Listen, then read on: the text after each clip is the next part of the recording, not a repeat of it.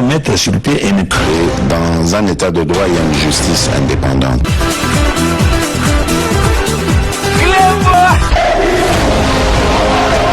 Ce n'est pas pour rien qu'il faut des conseils. C'est vrai,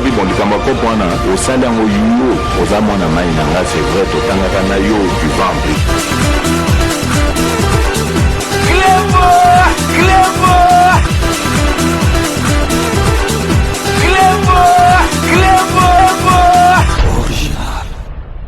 Salut et bienvenue sur Clébois Original. Merci de votre fidélité. 5 minutes avec César Ngadi. Tout le monde est d'accord et il en restera ainsi pendant très longtemps. Dans un instant, nous allons vous proposer de suivre le compte-rendu de la 97e réunion du Conseil de ministres présidée en présentiel à la Cité de l'Union africaine par le président de la République, le chef de l'État, son Excellence Félix Antoine Tshisekedi Tshilombo. Nous vous laissons donc tout de suite suivre la lecture de la dite réunion du Conseil de ministres, la 97e, par le porte-parole du gouvernement, le ministre de la Communication et Médias, Monsieur Patrick Mouyaya. Restez connectés sur Clébois Original pour la suite de nos programmes.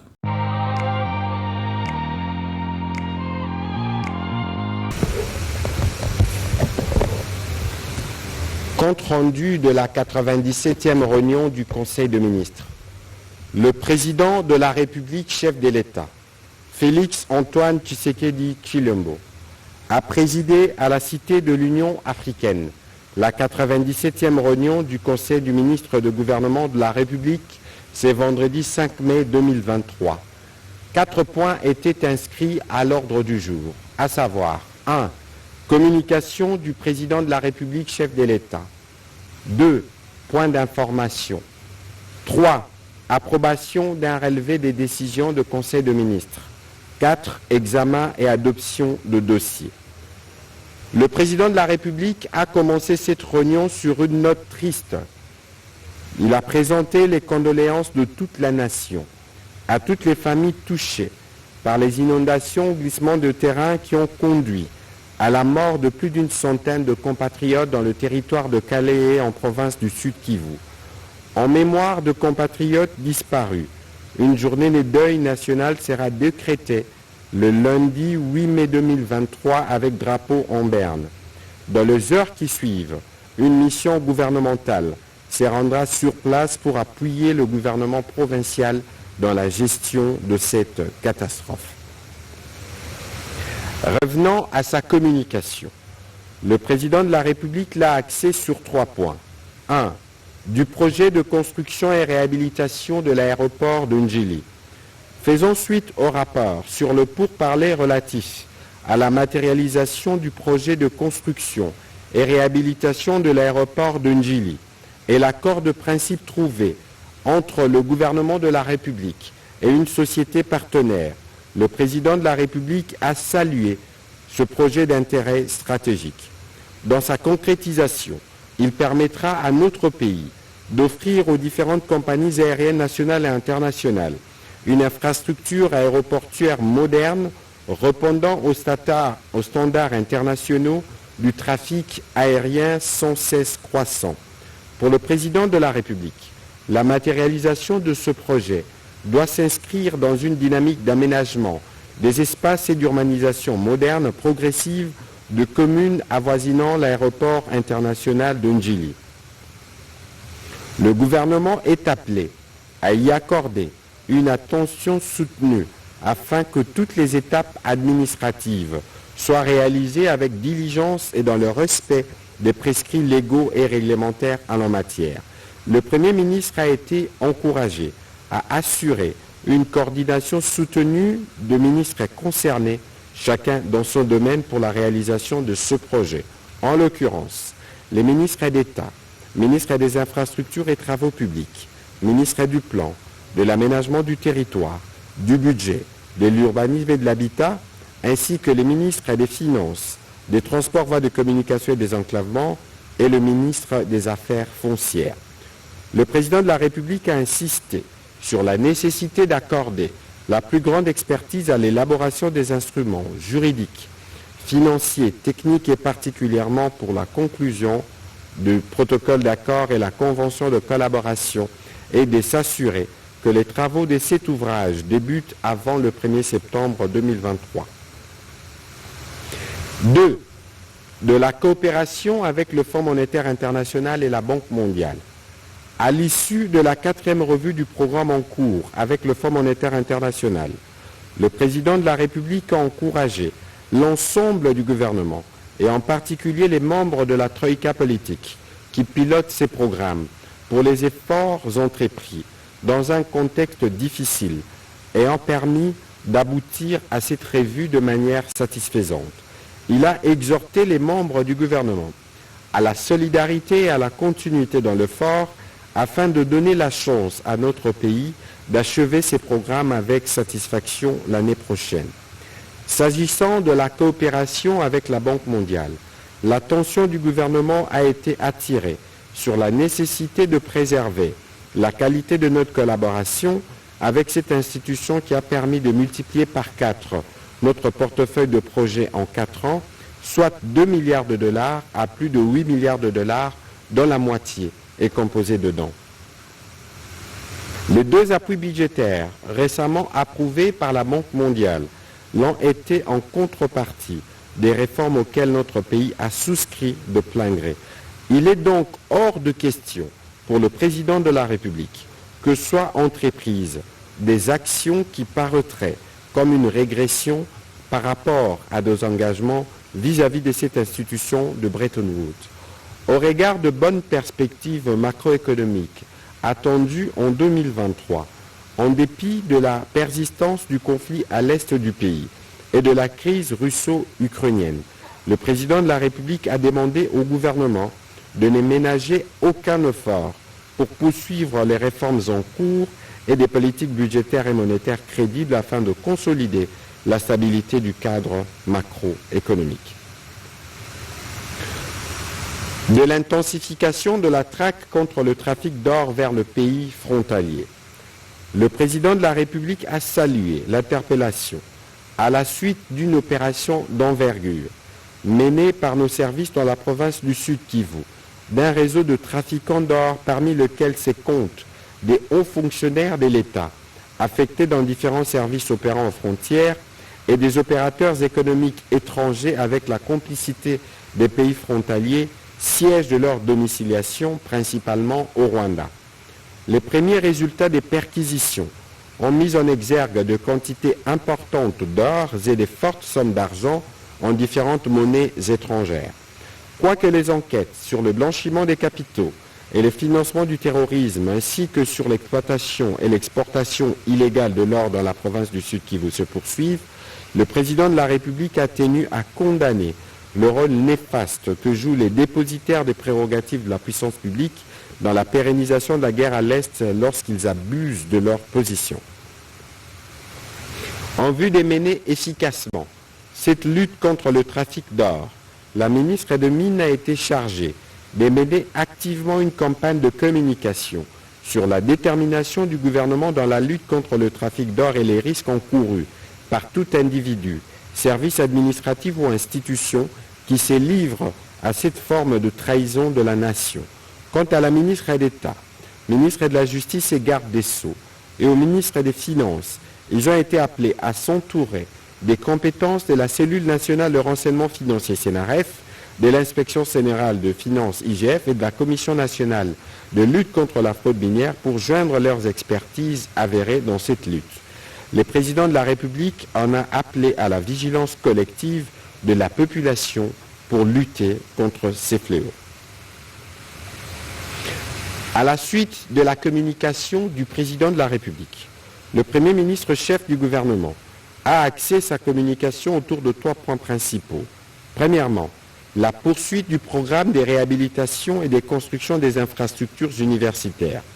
Il a rappelé que la première phase de ce vaste chantier concernait notamment l'Université de Kinshasa, l'Université pédagogique nationale, l'Institut national des bâtiments et des travaux publics, l'Université de Mbuji-Mayi, l'Université de Kananga, l'Université de Bunia, et d'autres encore prochainement.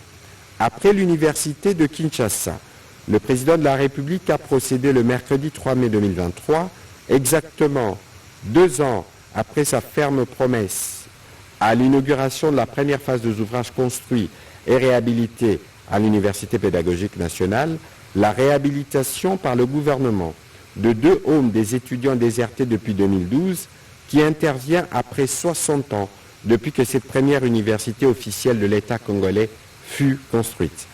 Dans la même dynamique, dans le cadre de la coopération sino-congolaise, à la fin de cette année, sera inauguré le centre culturel et artistique pour l'Afrique centrale qui abritera l'Institut national des arts.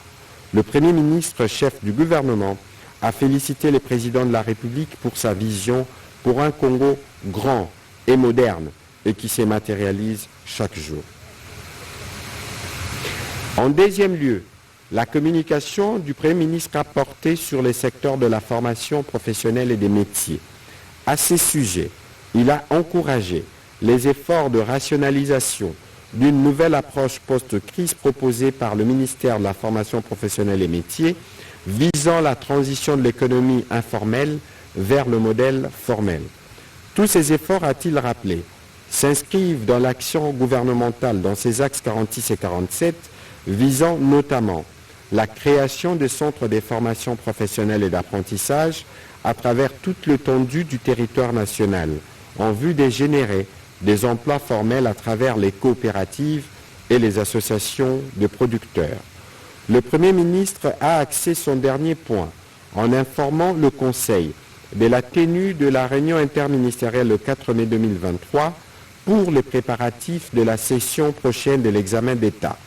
Conscient de l'importance que revêt cet examen national et en vue de garantir un climat serein durant les épreuves, il a rassuré que le gouvernement de la République poursuit des efforts pour tenir les engagements pris avec les syndicats du sous-secteur dans les cadres des différents accords, notamment l'accord de Bibois, tel que réévalué à Mbouela.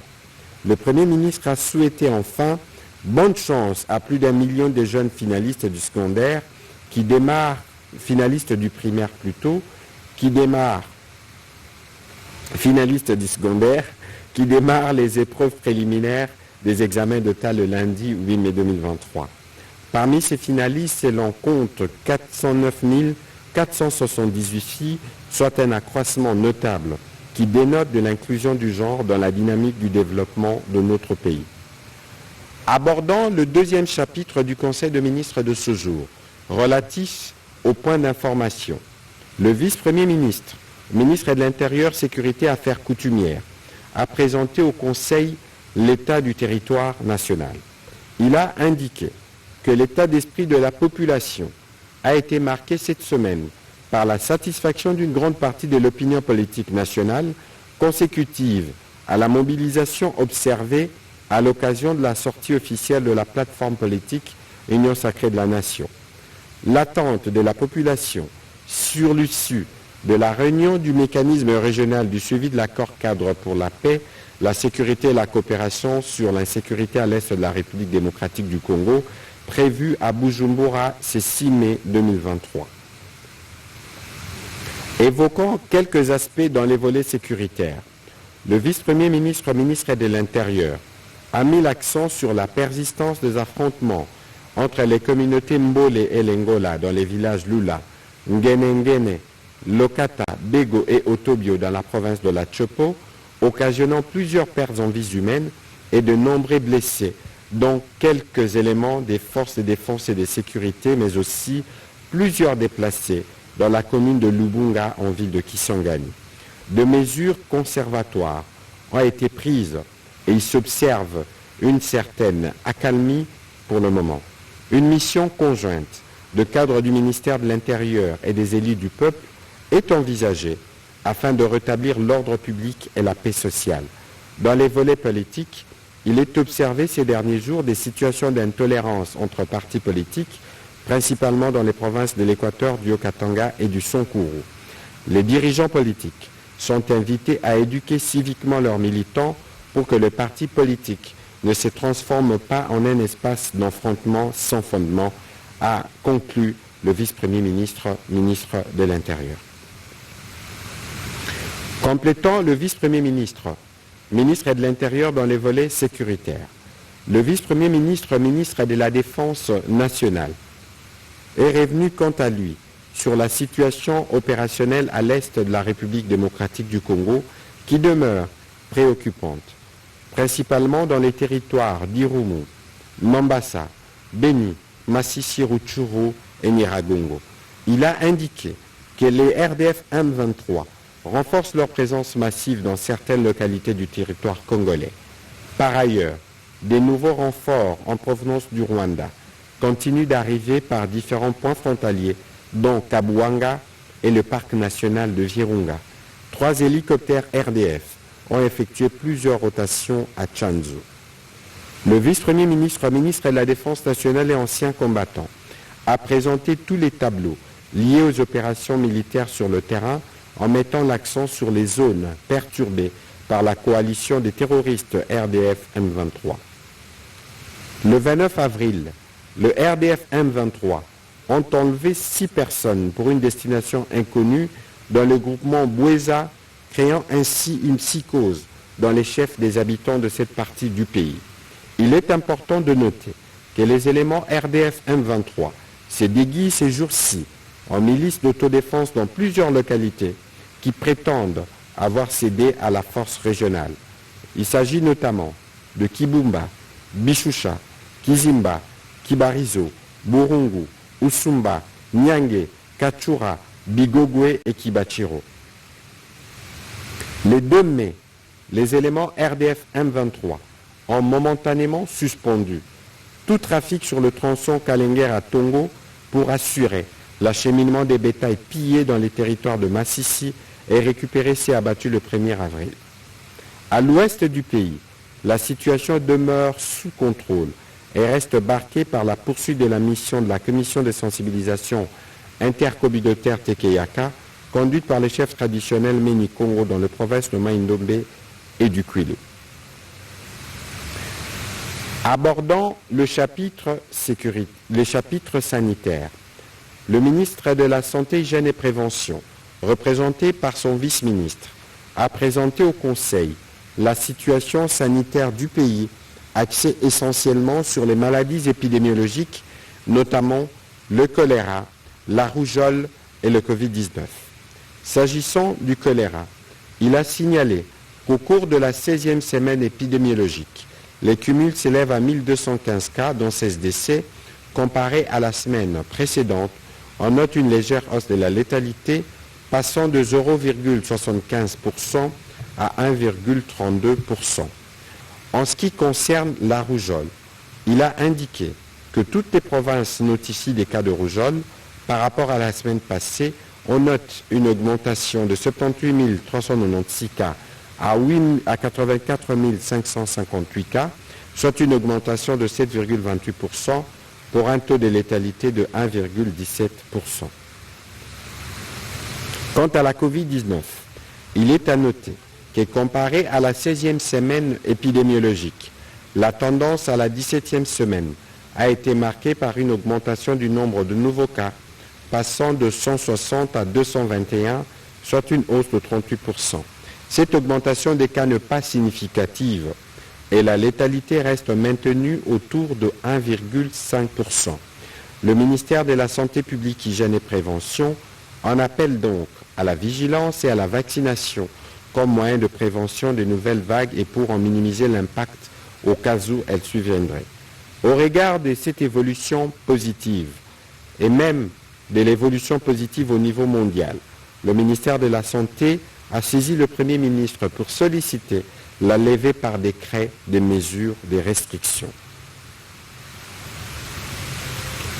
Clôture de la première vague des titularisations, lancement de la 3e vague de la mise à la retraite et début du processus de promotion générale des agents de carrière de services publics de l'État. Le vice-premier ministre, ministre de la fonction publique, modernisation de l'administration et innovation du service public, a présenté au Conseil sa note d'information qu'il a axée sur 3 volets. Le premier volet a porté sur la clôture de la première vague des titularisations des agents de carrière de service public de l'État, au grade des directeurs, chefs des divisions et chefs de bureau, il est question ici de régulariser par des actes de nomination la situation administrative des agents qui, depuis plusieurs années, exercent à titre intérimaire des fonctions supérieures au grade dont ils sont revêtus statutairement. Sur un effectif de 13 859 agents proposés par 48 services publics, le processus actuel concernera 10 160 agents dont les dossiers administratifs ont finalement été validés par la commission des certifications relevant des administrations centrales que provinciales. Les séances de validation des listes d'agents éligibles à la titularisation ont été sanctionnées par des procès-verbaux dûment signés par les membres du service sectoriel concerné et les membres de la commission instituée à cet effet.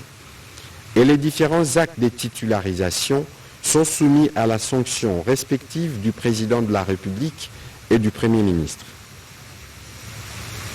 Dans un second volet, les membres du Conseil ont été entretenus à propos de la fluidification des départs à la retraite des agents voulus dignes, honorables et humaines par le président de la République, dépositaire de l'avenir de la nation.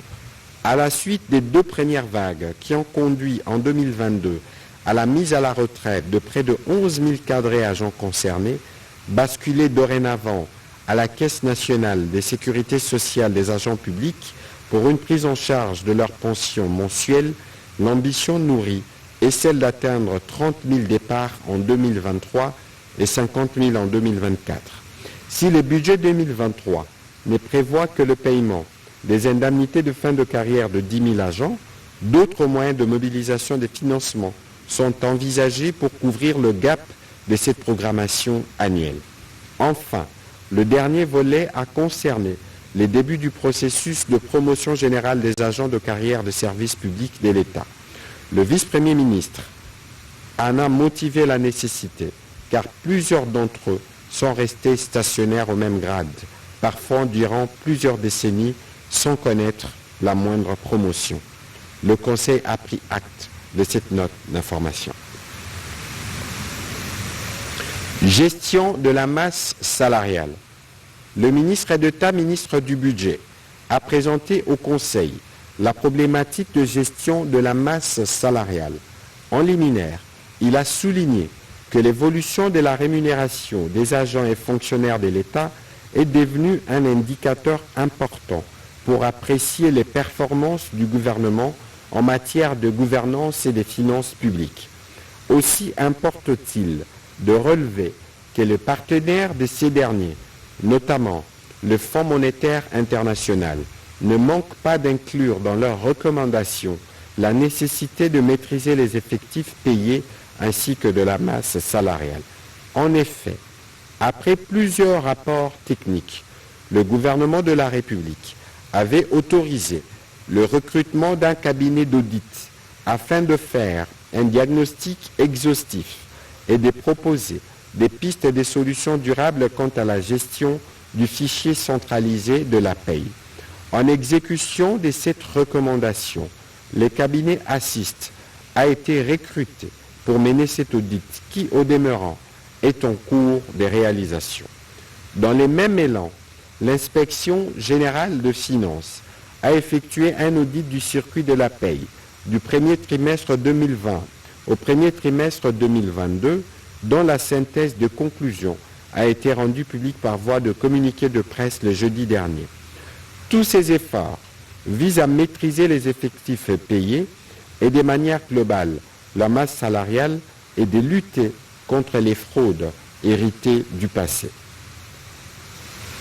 À ces sujets, il a rassuré que le gouvernement s'emploie à accélérer la constitution du fichier de référence de l'administration publique qui passe par la finalisation de l'identification biométrique des agents et fonctionnaires de l'ensemble du pays, la poursuite du processus de mise à la retraite en cours et le renforcement de la systématisation des opérations d'assainissement du fichier unique de la paye. Le ministre d'État, ministre du Budget, a fini par présenter l'état de paye des agents et fonctionnaires de l'État.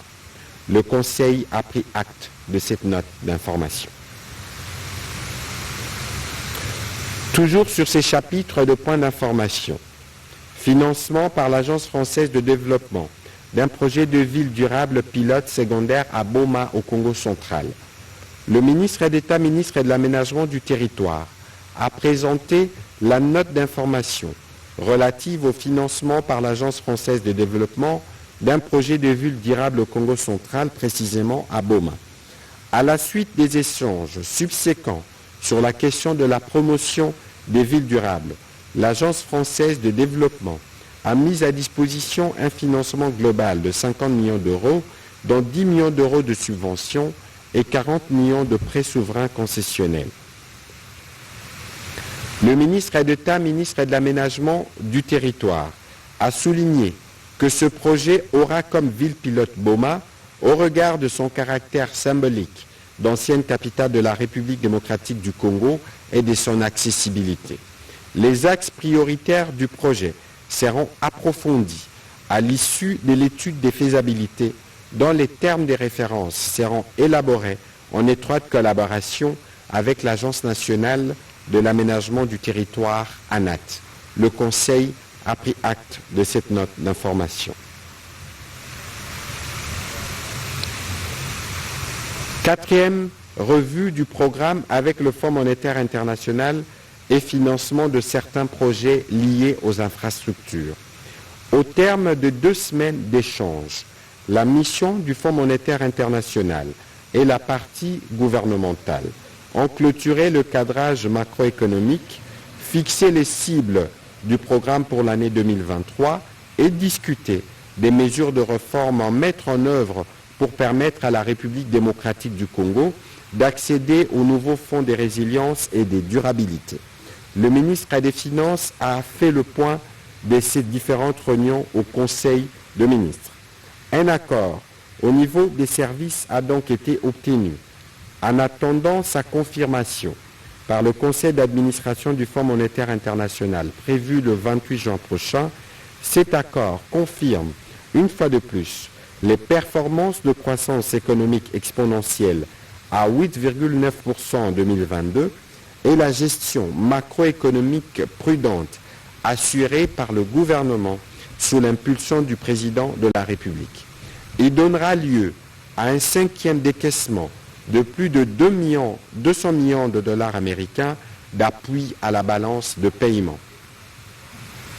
S'agissant de perspectives pour 2023, une attention particulière a été portée sur l'accélération des dépenses dans un contexte préélectoral et des conflits armés à l'est du territoire. Cette situation exige une meilleure hiérarchisation des dépenses, la révision à la baisse des dépenses en biens et services et le maintien d'une masse salariale au niveau prévu dans le budget en vue de soutenir l'investissement et réduire les pressions inflationnistes.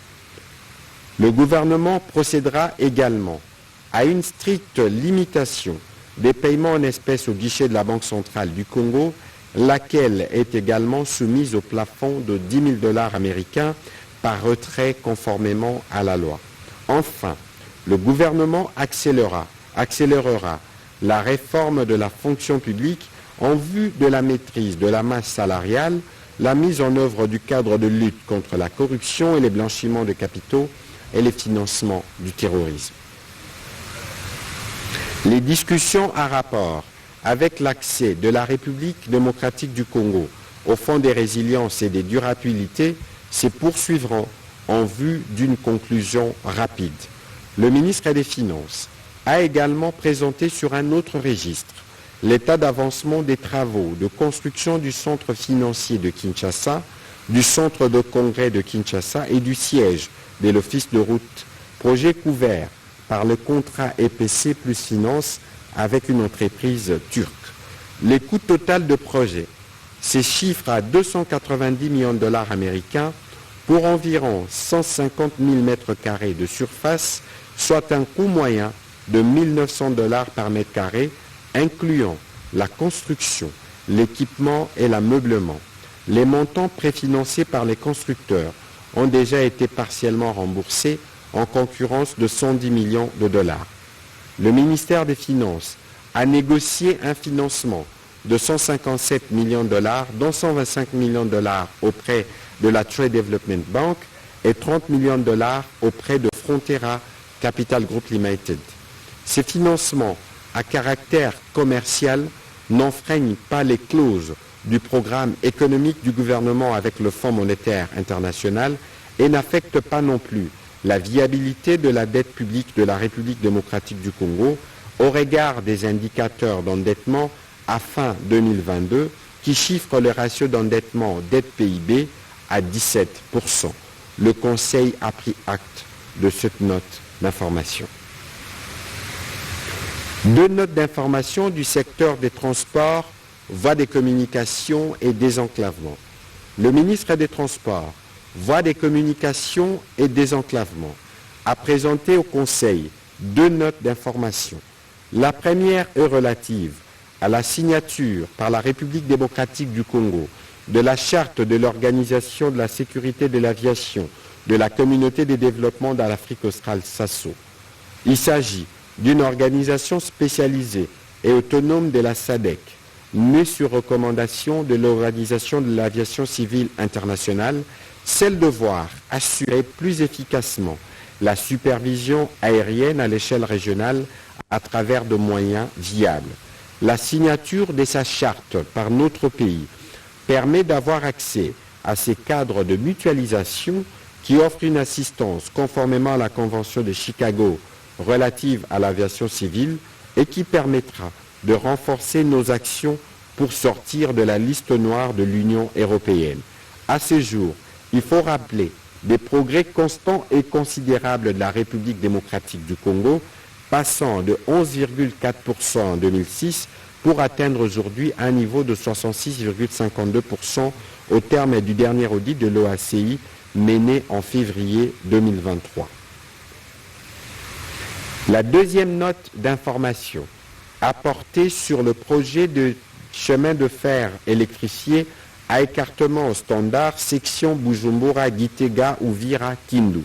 Ce projet fait partie d'un programme de développement conjoint entre les trois pays, la République unie de Tanzanie, la République du Burundi et la République démocratique du Congo.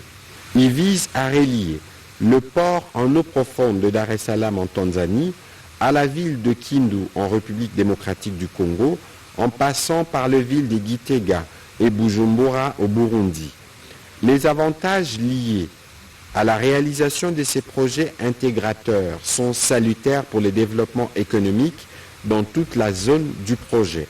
Notre gouvernement œuvre à la reconstruction d'un système ferroviaire capable de répondre aux exigences de capacité, de régularité, de rapidité et de sécurité. Pour sa mise en œuvre, un mémorandum d'entente tripartite a été signé à Dar es Salaam le 7 mars 2022 entre les trois pays concernés. Le Conseil a pris acte de ces deux notes d'information. Intervenant spécialement au Conseil de ministres de ce jour, le vice-premier ministre, ministre des Affaires étrangères, a informé le Conseil sur la situation de nos compatriotes bloqués au Soudan. Ils sont évalués à environ 350 qui doivent quitter ces pays en proie aux affrontements armés. Il a rassuré que nos ambassadeurs au Kenya et au Caire ont été mobilisés pour leur apporter l'assistance nécessaire pour leur permettre de quitter ce pays. Les besoins logistiques ont été sollicités pour faciliter le retour de ses compatriotes.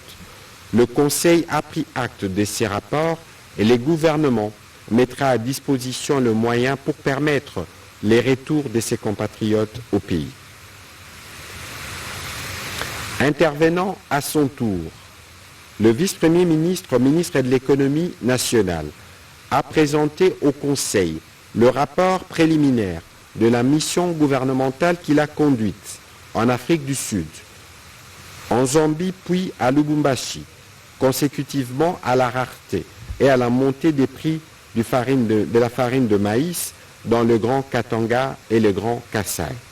Dans le but de garantir à l'immédiat l'approvisionnement sur le marché local, une réunion d'urgence de la Commission économique et financière du gouvernement élargie se tiendra ce samedi 6 mai 2023 pour examiner les détails du rapport et proposer les mesures idoines à prendre pour, d'une part, répondre aux besoins d'approvisionnement pressants et, d'autre part, d'accroître la production locale, solution durable sur la problématique d'approvisionnement en maïs dans le Grand Kasaï et dans le Grand Katanga.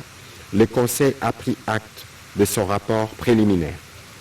Au troisième chapitre du Conseil de ministres de ce jour, relatif à l'approbation d'un relevé des décisions du Conseil de ministres, le Conseil de ministres a adopté les relevés des décisions prises lors de sa 96e réunion tenue le vendredi 28 avril 2023.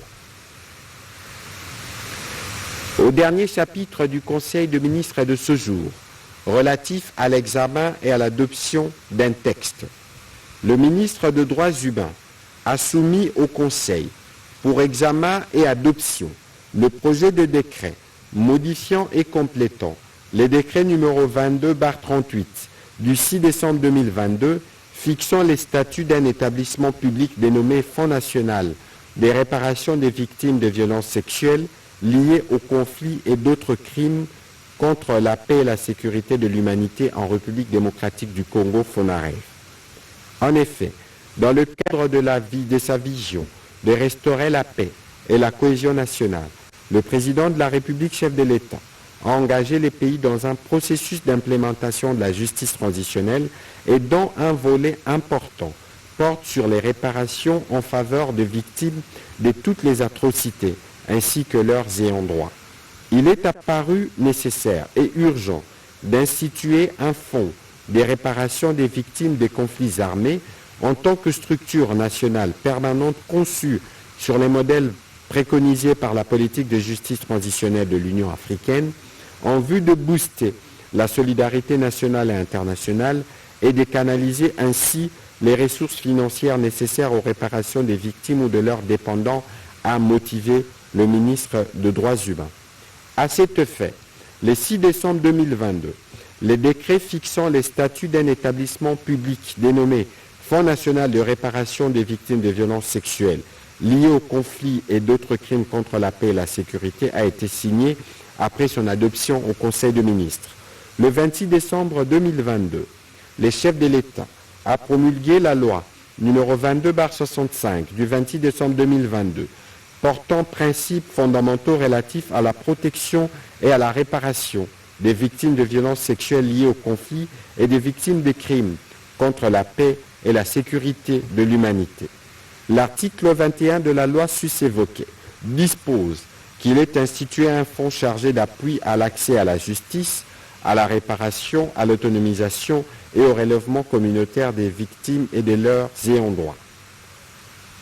Les décrets numéro 22/38 du 6 décembre 2022 fixant les statuts du FONAREV ayant été adoptés avant la promulgation de la loi numéro 22/65 du 26 décembre 2022 susmentionné, il a été jugé nécessaire de le rendre conforme à la dite loi. Et c'est cette raison principale qui justifie sa modification. Après débat et délibération, le Conseil a adopté ce projet de décret. Commencé à 13h55, la réunion du Conseil des ministres a pris fin à 19h33. Je vous remercie.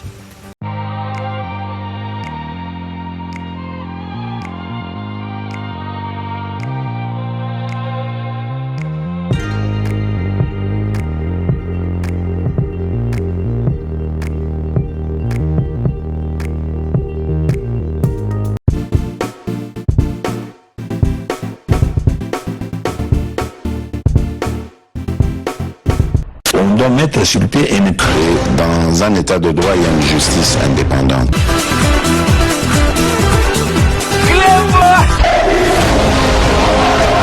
Ce n'est pas pour rien qu'il faut des conseils. Au sein d'un yo, aux amants à Maïnanga, c'est vrai, au Tangana yo, du ventre.